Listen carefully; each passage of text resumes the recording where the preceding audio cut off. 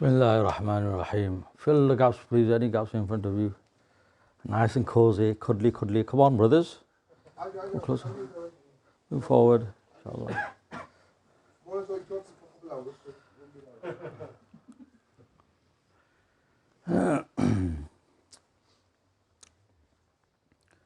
Bismillahir Rahmanir Rahim. I'm waiting for the brothers who've got their phones out to put the phones away so I can start. I don't know if it's ever happened to you, but sometimes you go on a car journey, a long car journey, you're cruising along, driver's in his element, enjoying himself, passengers nice and cozy, comfortable, somebody snoozing in the back, some people talking. Now, all of a sudden, the driver pulls over on the hard shoulder. Now everyone is worried. What's happened? What's happened? The journey has been interrupted. Everyone's anxious. What happened? So the same analogy now applies, unfortunately, to our bayans. Delivering a bayan is difficult anyway, but it was relatively easy to deliver a bayan before the advent of mobile phones.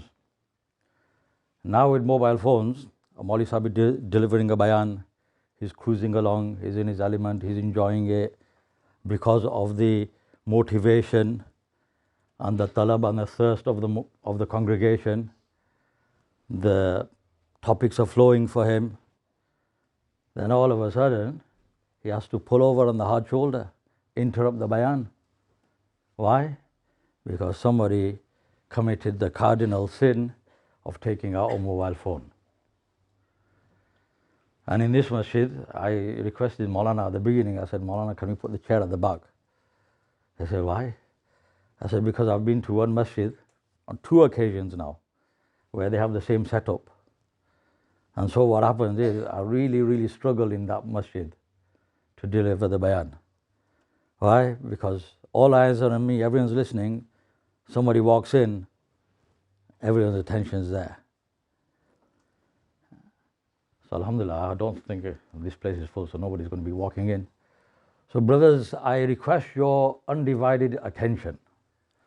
If you will give me your attention, then at the end, when we ask, you will give me your intention.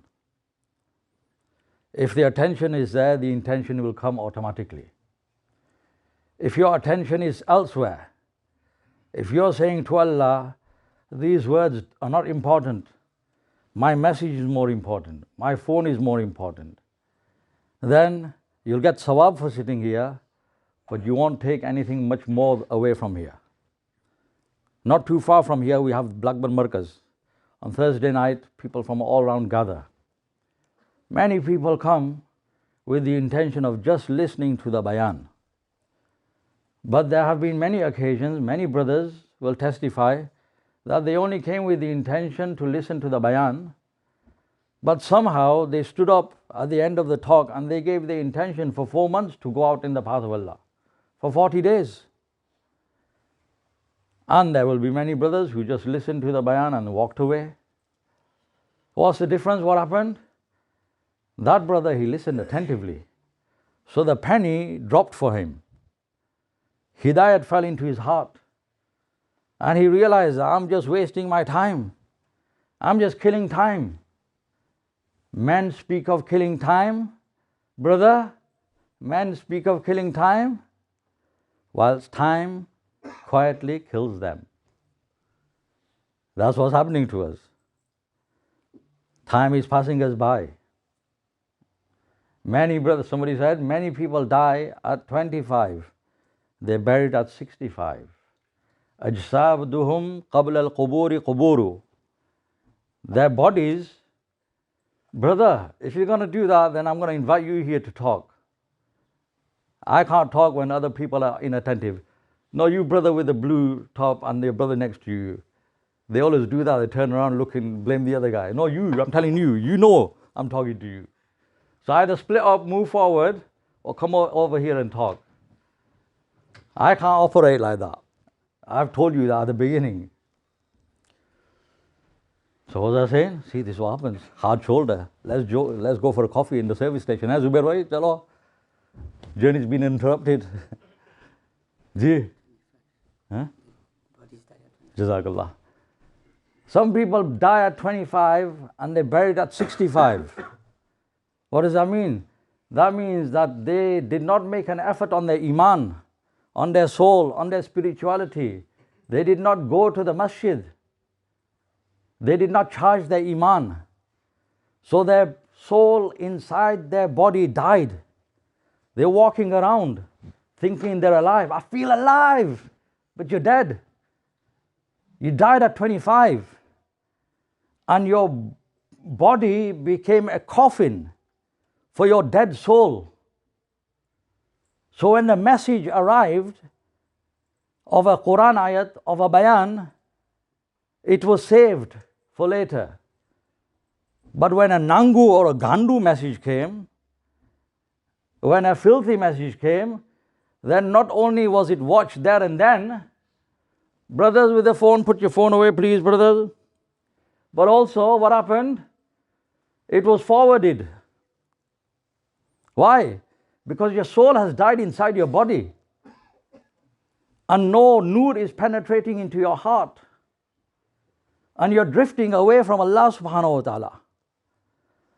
And you think you're living life, but you're dead. And you think you're successful, but you're not. And a great failure is coming your way if you die in that state. Rasulullah sallallahu alaihi wasallam mentioned to the Sahaba Kiram on one occasion a story of the people of the past. He said once there was a woman sitting by the roadside. She was breastfeeding her child. And by a person on a horse rode by. She looked at him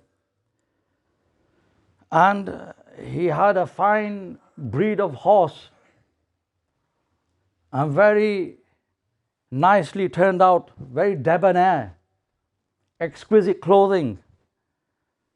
From his horse, from his clothing, she could tell that he's a nobleman, he's an aristocrat, he's a made man in terms of dunya. Now every mother wishes for the best for her child.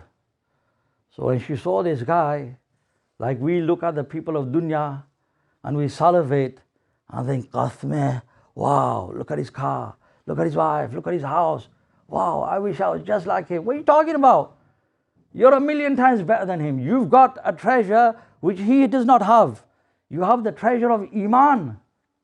You have La ilaha illallah Muhammadur Rasulullah, which is better than £1 billion, which is better than all the treasures of the world. If this person gets more than he already has, okay, he's a billionaire right now. If he acquires the wealth of the whole world, and even if he lives for 1,000 years, but he dies without procuring this treasure of Iman, which you have, which you've had all your life, but you don't have a value for. If he dies without La ilaha illallah Muhammadur Rasulullah, there's no greater loser than him. He's going to Jahannam. And you can't even begin to understand the failure that's coming his way. Rasulullah sallallahu alaihi wasallam said, Inna ahwana ahli nari adhaban man lahu na'alan wa shirakan min nar. The person who will be tormented, the lowest degree of punishment in the hellfire.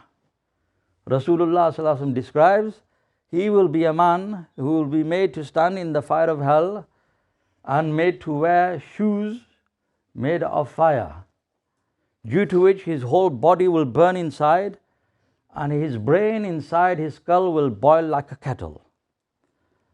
And he will think that I am being afflicted the worst. I'm the worst off. وَإِنَّهُ لَأَهْوَنُهُ عَذَابًا. But Rasulullah sallallahu alaihi wasallam said this will be the lowest degree of torment in the hellfire. Okay, he's got his bling now, he's got his beautiful wife, he's got his trophy wife, he's got his cars, he's got his bling, he's got his money, he's got his fame, he's got his popularity, but he does not have Iman. How can you, O Muslim, envy him? The only reason is because your soul has died inside you. Otherwise, Allah Ta'ala has given you a treasure which can't be quantified, trillions of times better than the thing that He has. So every mother wants the best for her child. So she looked up and she saw this guy. And she said, Allahumma ja'al ibni mithlahu. She made a dua for her son. Allah, make my son just like him. But there's always a backstory, isn't there? You don't know. There's always the finer details that not everyone knows. يَعْلَمُ خَائِنَةَ الْأَعْيُنِ وَمَا تُخْفِي الصُّدُورِ. But Allah knows everything. And Allah knew everything about that person. People come and they say, what's up? I got married to her. I thought she was beautiful. बाहर से देखा तो हुस्न हसीन, अंदर से देखा तो बिगड़ा हुआ machine. I thought she was beautiful. Turned out to be the ugliest thing when I got to know her from inside. I thought she's beautiful. Turned out to be a narcissistic psychopath. Crazy. One is how we got our daughter married to this guy. We thought he's a nice guy. He talked the talk. बातें तो बड़ी ऊंची ऊंची करता था. But when we got to know him, the way he treated my daughter, the way he treated us, his interaction with us, turns out he's the most putrid, vile, misogynistic sociopath of a lowlife. There's a backstory. So the mother just looked at the apparent and she said, Allahumma ja'al ibni mithlahu. But Allah Ta'ala knows the backstory, and Allah Ta'ala informed that child. And Allah Ta'ala gave that infant child the qudrat and the ability to talk, because Allah Ta'ala is all knowing and Allah Ta'ala is all able. Allah Ta'ala does whatever He wants, and Allah Ta'ala can do anything, and Allah Ta'ala can make a little toddler speak even. So the child, when he heard his mother giving him this dua, he stopped suckling, he turned around, he looked at that guy and he said, Allahumma la taj'alni mithlahu. Allah, please don't make me like him. I don't want to be like him. So the mother says to the child, first she's shocked that the child is talking, and then she says, what's wrong with you? I'm giving you dua and you're saying I don't want it. Time went by, and an emaciated, very weak, black, thin girl went past with ripped clothes, and a mob was chasing her. She had wounds on her body, she was bleeding, and people were throwing stones at her and taunting her and jeering at her. And they were saying, Zanaiti, Sarakti, Zanaiti, Sarakti, that this woman is a thief, she's stolen, she's fornicated. So when the mother saw this, she said, Bapre Babu, what a vulgar person. She said, Allahumma la taj'al ibni mithlaha. Allah, please don't make my child like this wretched woman. The child, Rasulullah Sallallahu Alaihi Wasallam says, stopped suckling again, turned around, looked at the slave girl and said, looked up at the heavens and said, Allahumma ja'alni mithlaha. Allah, make me like her. Allahu Akbar. So the mother shocked again, and the mother says, what's wrong with you? So then the child spoke again, and he said that this person that you saw, the debonair guy, Mr. Tycoon in our terms, Mr. Money, you saw him, you just looked at his apparent and you thought you want your son to be like him, but he is disobedient to Allah. He does not have Allah in his heart. He does not have Iman. He is an enemy of Allah. Therefore, I never want to be like him. And that other girl, people have falsely accused her of stealing and fornicating, but really she is an abida. She is close to Allah. She's innocent. She's a friend of Allah. I want to be like her. So respected brothers and elders, Allah Ta'ala has given us this Iman. And a person who has Iman, he has his work half done for him. That he is on the path to Allah, to finding Allah subhanahu wa ta'ala. And a person who finds Allah subhanahu wa ta'ala, whatever situation he is in, he is successful. Allah Ta'ala has given us all Iman. Say Alhamdulillah. Made us Muslims. We're on the path to Jannah. We were born on the path to Jannah. So many people have to strive. So many people strive all their lives to find Iman, to find the truth, and they don't find it. Allah Ta'ala doesn't give it to them for whatever reason, out of His wisdom. But Allah Ta'ala, as we were born, we were put onto the path of Jannah. Now our mission in life, our task in life is to bond with Allah and to bring Allah on our side. Join Team Allah. Befriend Allah subhanahu wa ta'ala. Because a person who has Allah on his side, a person who has pleased Allah, he is successful even if he is thrown into a scorching fire.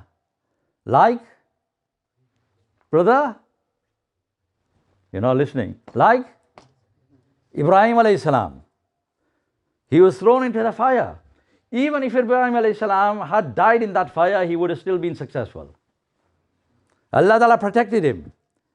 And he walked out of the fire. But he walked out of the fire, successful person. Why? Because he had Allah subhanahu wa ta'ala on his side. A person who has Iman, a person who has Allah on his side. Next question coming up, brother, pay attention, you too. Next question for you. A person who has Allah on his side. You thought you could pick on me, I'll pick on you. A person, no hard feelings, brother. A person who has Allah on his side, even if he is thrown into prison, he is still successful.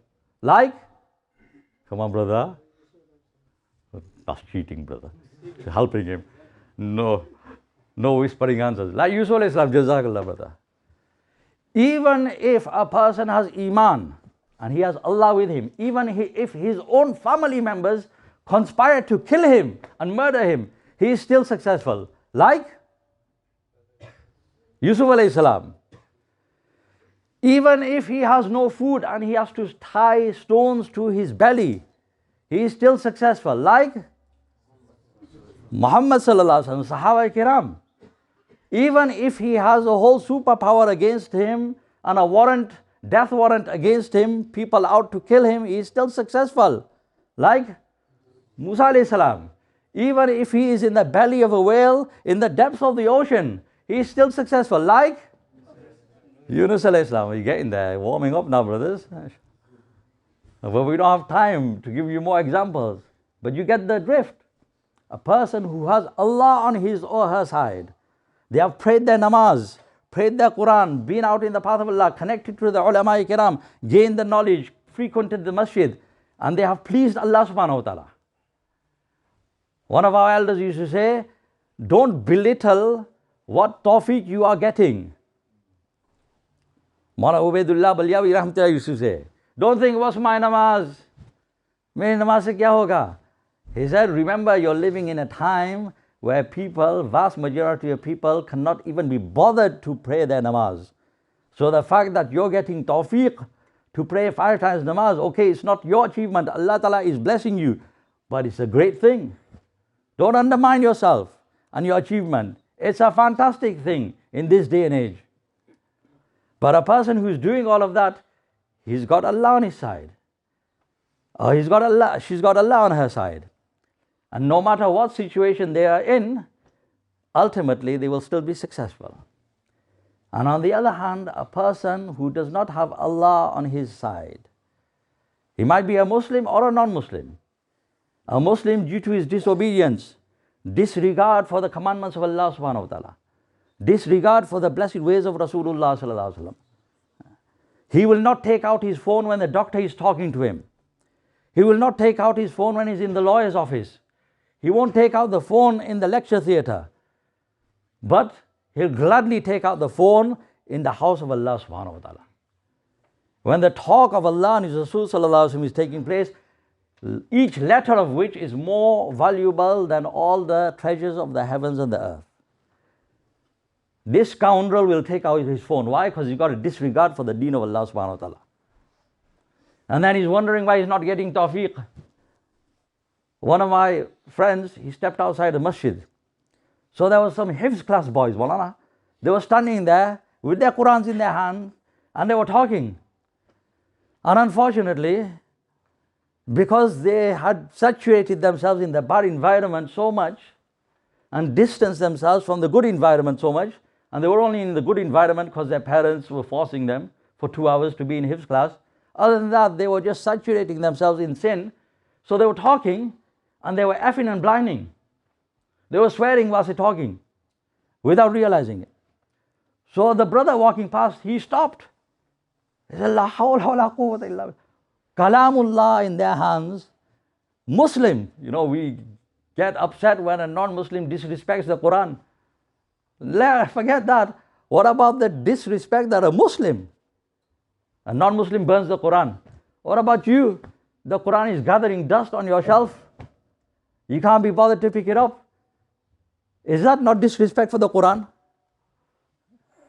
You can't expect anything better from him. He's a non-Muslim. He doesn't know. You know and you still do. That's even worse. So my man told them, he stopped. He was shocked. He said, brothers, you got Quran in your hand, you're swearing. Stop swearing or put the Quran down. So first of all, they squared up on him. They didn't accept their mistake.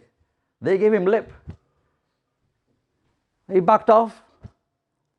He said, brothers, please, I don't want any trouble, but please, Quran. Stop swearing or put it down. So they were next to a bus shelter. And there was a seat there where people put their dagras, where people put their chutar, their backsides, isn't it? Where people sit. They put their Qurans on there and carried on talking. What is that? Your soul is died inside your body. You got no regard for the deen of Allah subhanahu wa ta'ala. And a person who has no regard for the deen of Allah subhanahu wa ta'ala, whether Muslim or non-Muslim, whichever situation he is in, he is unsuccessful. Even if he is sitting on a mound of gold, even if he's sitting on a mountain of gold, he's still unsuccessful. So, there was once a king.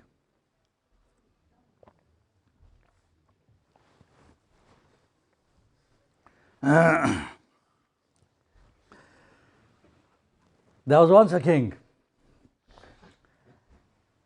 He had a nightmare one night. He saw that in his nightmare that his trusted treasurer of 30 years had forgotten to lock the vault.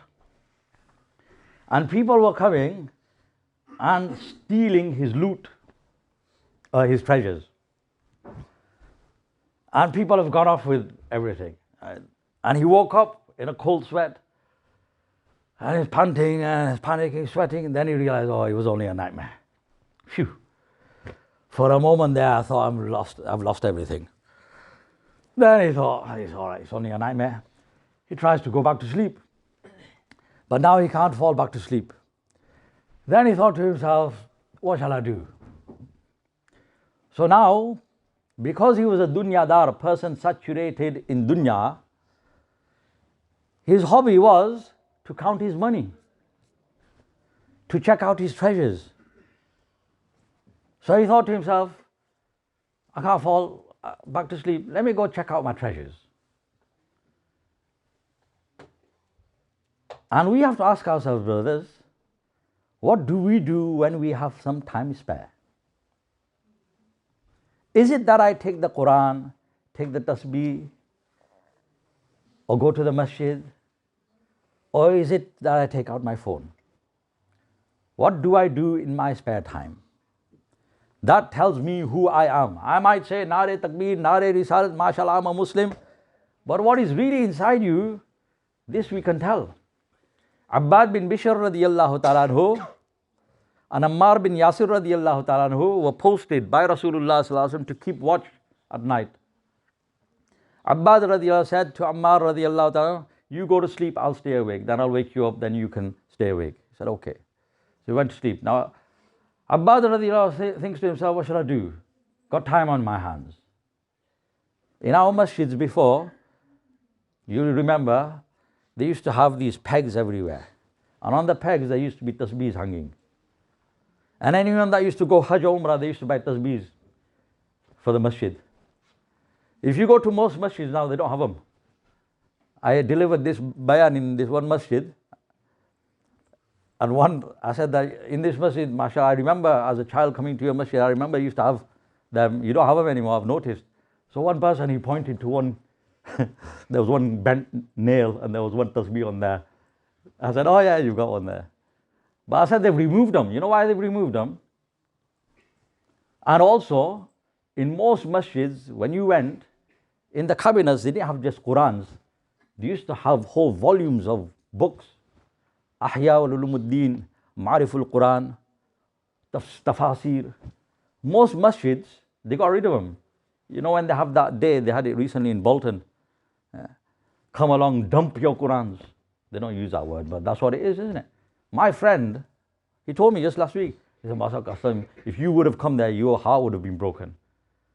I said, people were throwing away Qurans. Skip. In the skip. Then they're going to, dispose of them, bury them. But they had them in 3-4 places. And they all got filled. He said, Masa, I came home with 8 Qurans. People had thrown away brand new Qurans, just got a name written in it. He goes, I took them out. I said, can I have one? He said, yeah, Masa, come on, I'll give you one. Huh? These masjids had to get rid of them. When you ask the masjids, nobody reads them. Why do you get rid of the tasbihs? Nobody reads them. Nobody prays on them. Why? Because even if my man comes to the masjid early, many times by accident, thought namaz was at 8 o'clock, turned out it's at 8:15. Oh no, come, Allah maaf kare, Allah have mercy on us.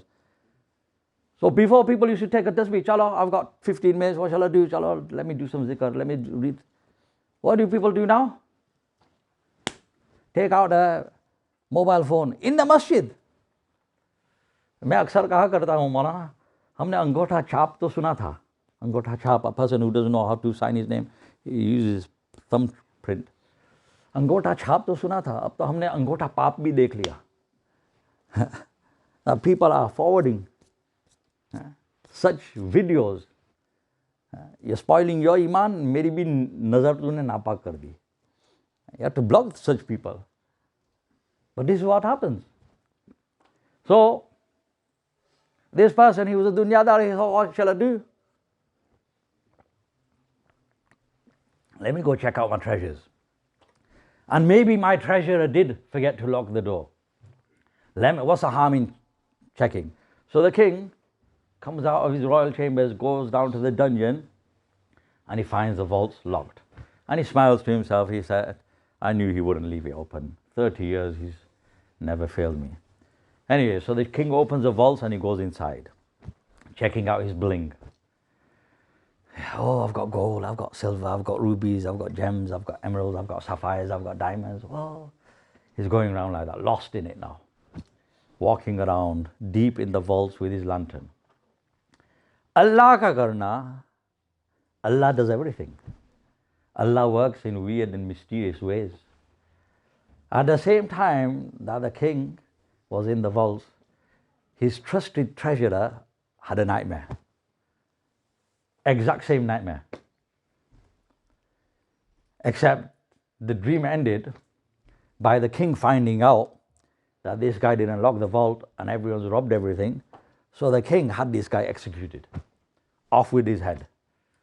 So the treasurer, he wakes up with a panic, grabs his head, sees that he's still attached, sweating like anything.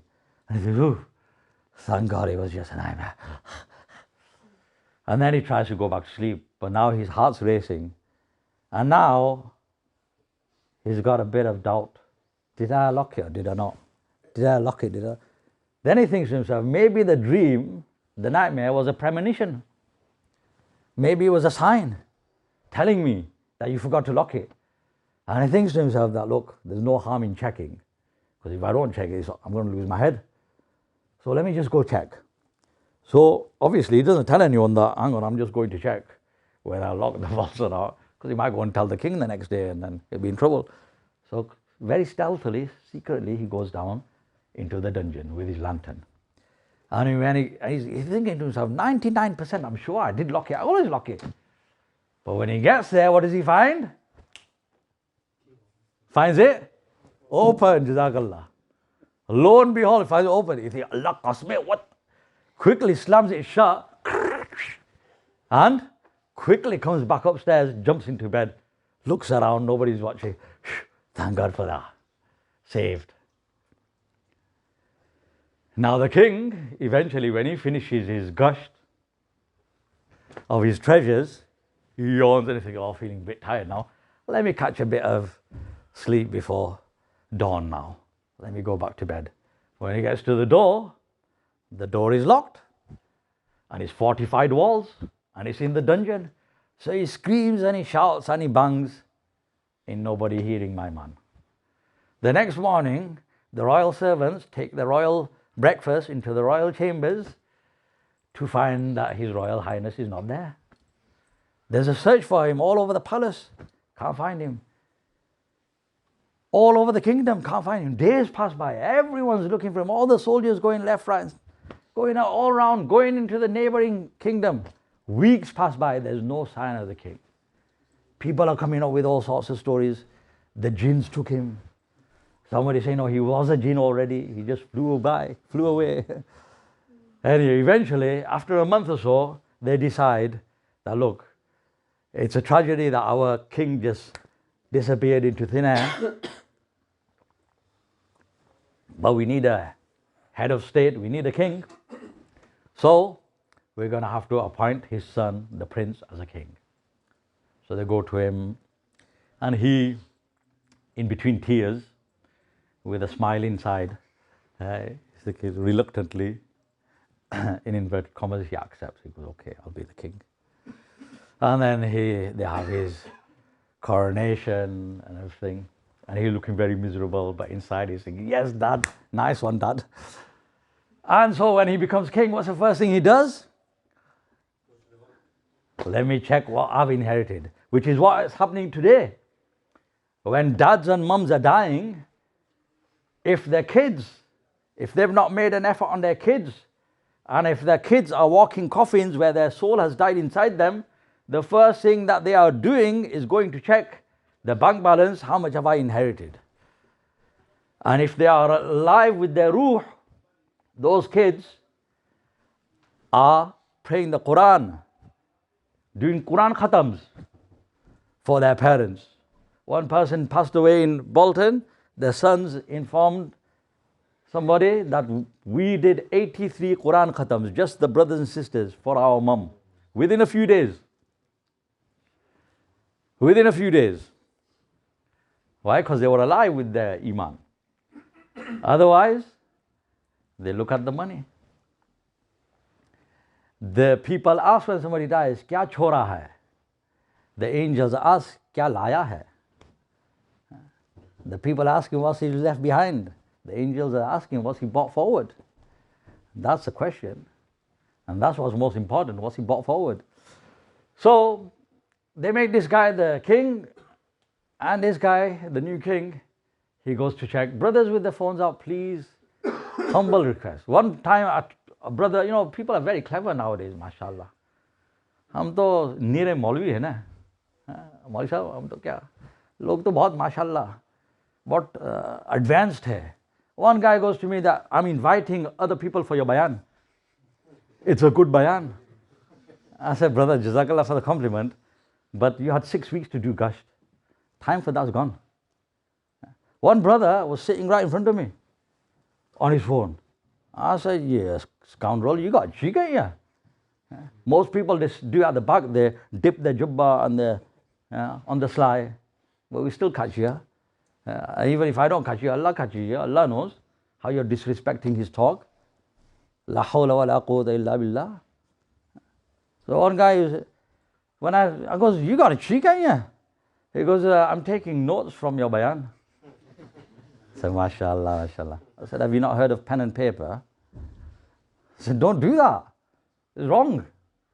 Very, very disrespectful to the talk of Allah and His Rasul sallallahu alaihi wasallam. The speaker might not deserve respect, but Allah and His Rasul sallallahu alaihi wasallam do. And if I don't show the respect, I ain't getting the tawfiq. Anyway, that was hard shoulder again. Might as well go for a coffee now. Zubair bhai, service station mein? Kya keh raha tha?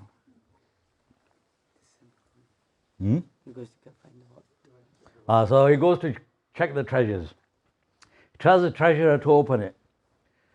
And he goes inside and he's now looking around. He says, oh, I've got gems, I've got diamonds, I've got sapphires, I've got rubies, I've got gold, I've got silver, I've got stench. Whoa, what's that stench? As he goes deeper inside, there's a stench.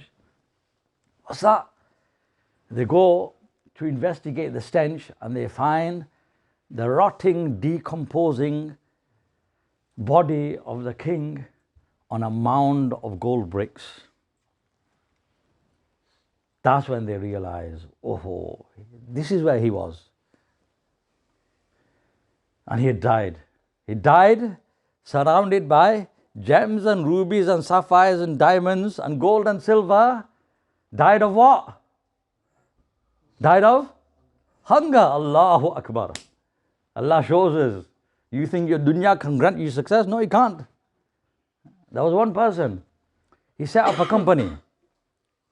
He's a computer whiz kid, he set up a company.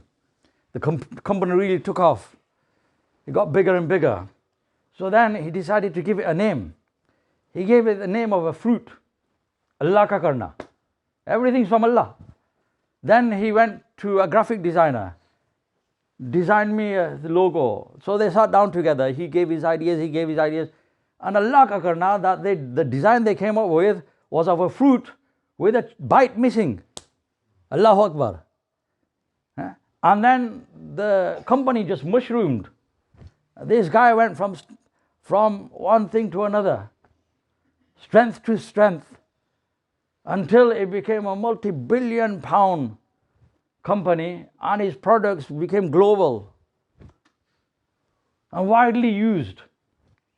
And then by the decree of Allah, poor guy fell ill and his billions could not save him and he died. And if you saw the last picture of him, it makes you cry. Now his company is still flourishing. People are still using his products.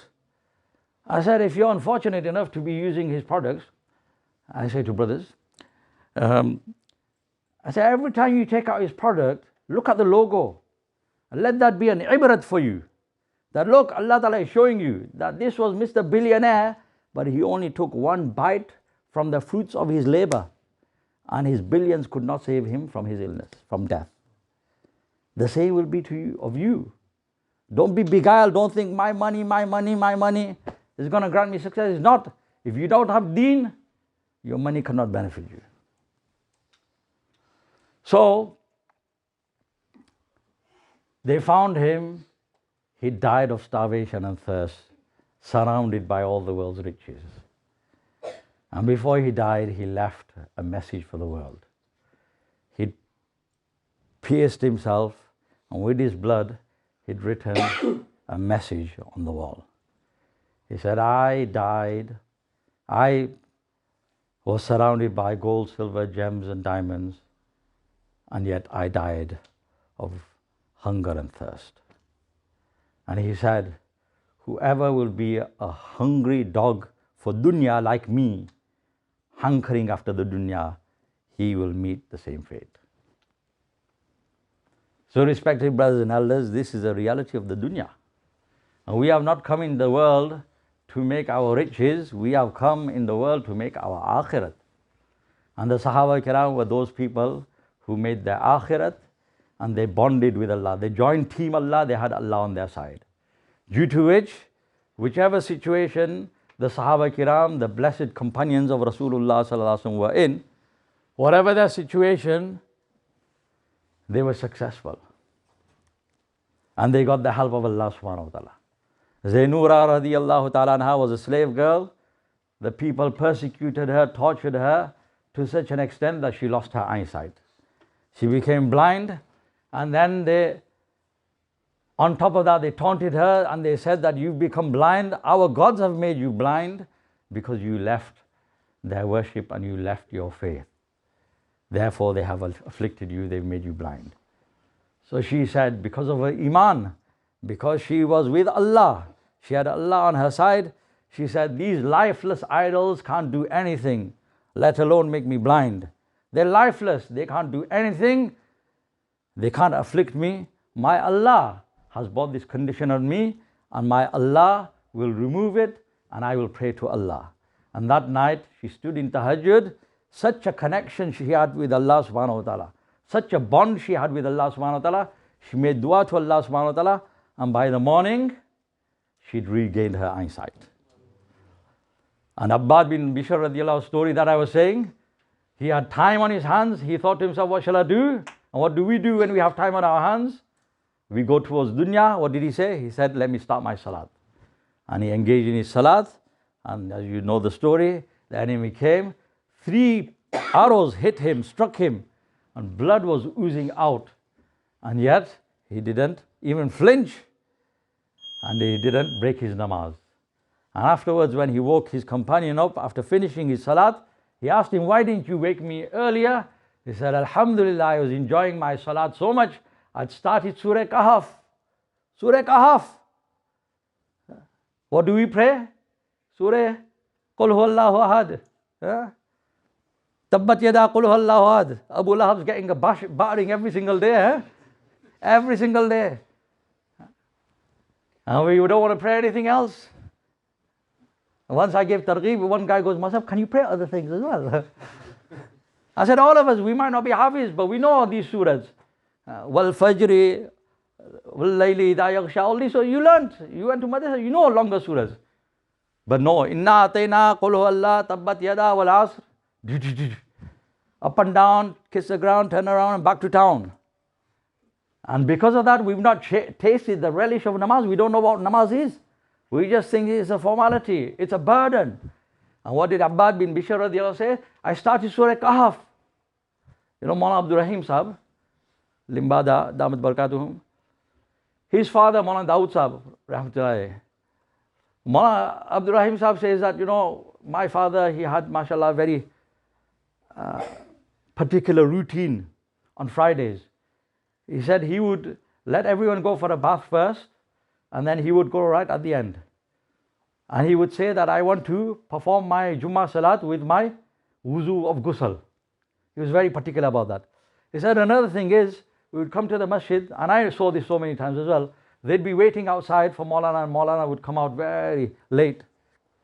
And when they would ask him that, Abba, why do you take so long? He said, it's my routine, it's my habit that for so many years, that in the 4 sunnahs after Jummah Salat, I recite my Surah Kahf. These are people who live amongst us. You go out after Jummah Namaz, more than half the congregation is outside, going to pray sunnats on the way home or at home. We've not tasted the relish of namaz. But when a person puts the effort in, jitna gur daloge, itna meetha hoga, then Allah Ta'ala puts a relish and an enjoyment, a mithas into it. So Abbad bin Bishr radiallahu says, I was enjoying it so much, he said, I would have died, but I wouldn't have cut short my salat. It's only that I had the responsibility given to me by Rasulullah sallallahu alaihi wasallam that I had to cut my salat short. Being struck with arrows, but the flavor and the relish of his namaz is overpowering that pain. So those are people like us. But they made the correct effort. We need to ask ourselves, brothers, where are we heading? What have we done? Where do we find our enjoyment? How particular are we about our namaz? So what if I've got all this money, my house, my car, my this, my that? Rasulullah sallallahu alaihi wasallam very early on set the record straight for me and for you. Because we say, this is mine, mine. Rasulullah sallallahu alaihi wasallam said, it's not yours. A person says, Mali, Mali. Yaqul ibn Adama, Mali, Mali. Son of Adam says, this is mine. Said, it's not yours. Yours is that which you have worn, or you have eaten, you have spent on yourself, or you've saved in Allah's bank account by spending in the path of Allah, giving in charity. The rest of it, which you say is yours, is not yours. وَتَارِكُهُ لِلنَّاسِ. It belongs to your heirs. Once you drop dead, your wife's taking it, your sons are taking it, your daughters are taking it, your relatives are taking it. It's not yours. So respected brothers and elders, we have to come out of the deception of the dunya. Come out of this race for the dunya and join Team Allah, bond with Allah, befriend Allah, connect with Allah subhanahu wa ta'ala, so that we start enjoying our namaz. We make dua, Allah ta'ala accepts our duas. One brother was saying to me, in my youth, myself, any dua I used to make, when I was from the age, he said, from age of 8 or 9, I started my namaz. He said, throughout my all teenage years and thereafter also, myself, there was a golden period. Anything I used to ask for, Allah ta'ala used to give me. Why? Because Allah ta'ala is most appreciative. Young kid coming to the masjid without his parents telling him, without Mauli Sahib telling him, it's not madrasa time and he's coming to the masjid. It's a fantastic thing. Sahaba Kiram used to come to the masjid to pray chash namaz. They didn't just come for 5 times namaz. Today, if a Muslim is very mashallah, he'll come for 5 times namaz, that's it. But a mu'min will come to the masjid bar.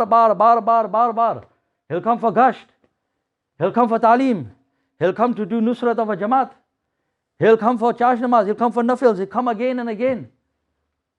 Why? Because it's the house of Allah and he's on Team Allah. He wants to connect with Allah. He wants to befriend Allah. That's why Rasulullah sallallahu alaihi wasallam said, a person who wakes up in the morning and goes towards a bazaar. Bazaar doesn't just mean town center. College, university, workplace. Now our high streets, Audley Rangers, that's bazaar now, isn't it? Every house has been converted into a shop. Yes? Rasulullah sallallahu alaihi wasallam said, whoever goes there, means goes towards the dunya, he's flying the flag of shaitan. You know, like people do in the World Cup, support the team that they're supporting, they wave the flag, they drape themselves in it. I'll end with this. Virtue signaling, and apne Muslims, they go through these phases. Yeah?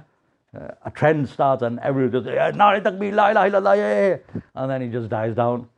Something's on the media, so everyone's, yeah. And after that, everyone's quiet. I said, the problems are still existing. People are still suffering. But you got no time. Yeah? It's just media dictates when you should. So at that time, there was a time when Muslims were all like, yeah. And then they had this particular flag on the cars, in their front windows, in the bedroom windows and everything. So it was all round. So I'm walking down after namaz, and one guy, he's driving down. So he slowed down, Assalamu alaikum. Wa alaikum salam. Sometimes people hoot at you, and you go like, Wa alaikum salam, and it's somebody else sticking 2 fingers up, you're calling your paki, and you're like, Wa alaikum salam. So this guy, Assalamu alaikum. I said, Wa alaikum salam. So now I'm walking, and he's coming to a traffic light, so he slowed down. So I looked at him, I said, Wa alaikum salam, and then I looked at his car, thought just occurred to me. I goes, where's your flag? Now, I wasn't encouraging him to put a flag on. But I goes, where's your flag? So he looked a bit embarrassed. And then I walked on. Then he drove a little bit more, and then he stopped again. And then he goes, what's up? It's on my heart. It's on my heart. I didn't say to him, I said, MashaAllah. Afterwards I told him, I said, that was a good answer, but it's not our top answer. I said, your heart should have a flag on it. Sibghat Allah. Sibghat Allah. وَمَنْ أَحْسَنُ مِنَ اللَّهِ سِبْغَةً. Color yourself in the color of Allah. That's what Allah Ta'ala says. Your heart should be colored with the love of Allah subhanahu wa ta'ala. Rasulullah sallallahu alaihi wasallam. Not dunya. Not anything else. Allah should be in our hearts. And this is the whole purpose of our coming together, brothers. The purpose is not to deliver a bayan. The purpose is that you and I, we start reflecting on our lives. And we start waking up. And if our soul has died inside our bodies, and we're just a walking coffin, then we need to get those fibrillators out. Fibrillators of Tablighi, defibrillators. And revive our iman, revive our soul.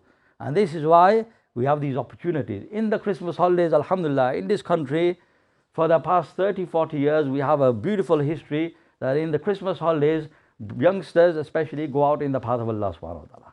And people who go out in the path of Allah without their mobile phones and spend their time well, what happens? Automatically thereafter, January, February, March, April, They're there, every month they're coming with their bisters, they're ready for weekend jamat, for 3 days jamat. And come June, July, automatically they come with their beddings for 40 days. Happens all the time. Or those people who spend time in the Christmas holidays, it becomes a changing point in their life. Revolutionizes their life, like Maulana was saying. And then they're on a good path. Then they're spending it 3 days and automatically they go for 40 days. We have so many examples sitting here. And then they spend 40 days a few times like that. When they finish their studies, automatically, without anyone telling them, they go for 4 months. Their mum, their dad, their Maulvi Sahib didn't tell them. Their iman inside them told them. Why? Because they colored themselves in Allah and they joined Team Allah. So this is why we have this opportunity, and this is why inshallah in about a month's time or less than that, we will be going out in the Christmas holidays in the path of Allah for 10 days. So brothers, give your names. Who is ready for 10 days inshallah in the Christmas holidays? Myself, I'm ready, and the other brother Zubair, who came from Bolton, he's also ready for 10 days, alhamdulillah. He went for 10 days last year as well, mashallah. So brothers, make intention, 10 days.